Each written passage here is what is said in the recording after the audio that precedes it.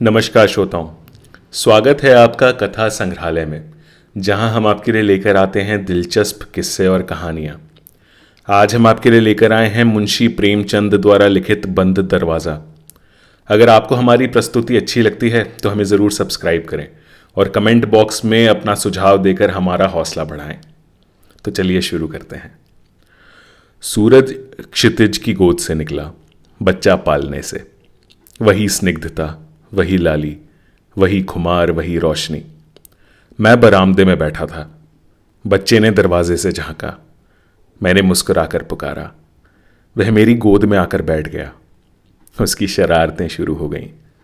कभी कलम पर हाथ बढ़ाया, कभी कागज पर। मैंने गोद से उतार दिया।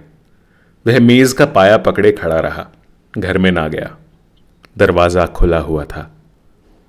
एक चिड़िया फुदकती हुई आई और सामने के सहन में बैठ गई। बच्चे के लिए मनोरंजन का यह नया सामान था। वह उसकी तरफ लपका। चिड़िया जरा भी ना डरी।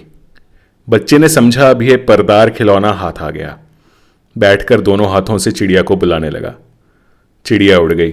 निराश बच्चा रोने लगा, मगर अंदर के दरवाजे की तरफ ताका भी नहीं। दरवाजा खुला हुआ था।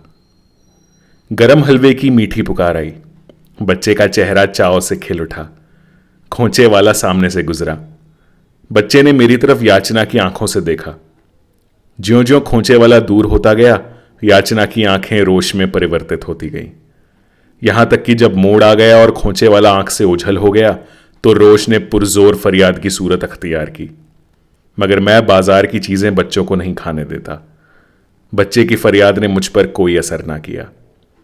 मैं आगे की बात सोचकर और भी तन गया। कह नहीं सकता बच्चे ने अपनी मां की अदालत में अपील करने की जरूरत समझी या नहीं। आमतौर पर बच्चे ऐसी हालतों में मां से अपील करते हैं। शायद उसने कुछ देर के लिए अपील मुलतवी कर दी हो। उसने दरवाजे की तरफ रुख ना किया। दरवाजा खुला हुआ था। मैंने आंसू पोंछने के ख्याल से अपना फाउंटेन पेन उसके हाथ में रख दिया। बच्चे को जैसे सारे जमाने की दौलत मिल गई। उसकी सारी इंद्रियां इस नई समस्या को हल करने में लग गई। एकाएक दरवाजा हवा से खुद ब खुद बंद हो गया।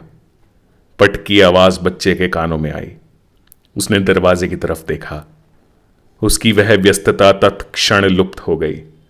उसने फाउंटेन पेन को फेंक दिया और रोता हुआ दरवाजे की तरफ चला, क्योंकि दरवाजा बंद हो गया था। तो ये थी आज की कहानी। उम्मीद है आपको अच्छी लगी होगी। ऐसी ही एक और दिलचस्प कहानी के साथ आपके सामने फिर प्रस्तुत होंगे। तब तक यदि आपको हमारी प्रस्तुति अच्छी लगी तो हमें ज़रूर सब्सक्राइब करें और अपने सुझाव देकर हमारे कमेंट बॉक्स से हमारी हौसला अफजाई करें। तो चलिए अगली बार ऐसी ही कहानी के साथ मिलते हैं। नमस्कार।